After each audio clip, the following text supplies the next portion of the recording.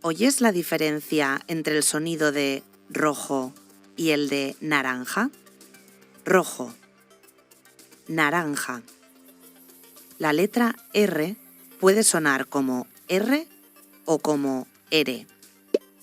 Suena R cuando tenemos escrita una R doble entre vocales, como gorro, cuando la R inicia la palabra, como en regalo, o cuando aparece una R después de N, L o S.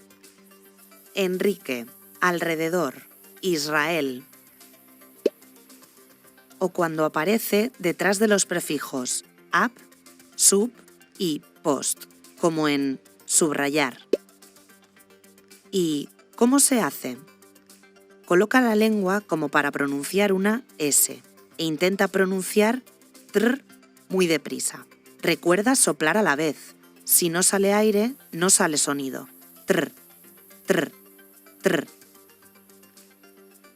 Ahora vamos al sonido de naranja.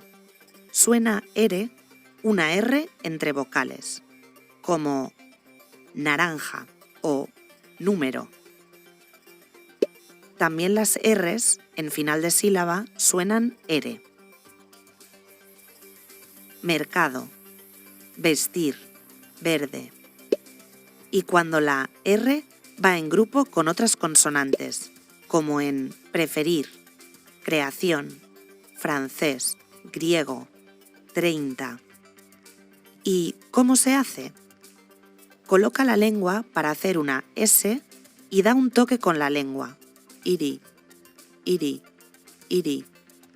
Es el mismo sonido que la T y la D del inglés americano en matter, matter.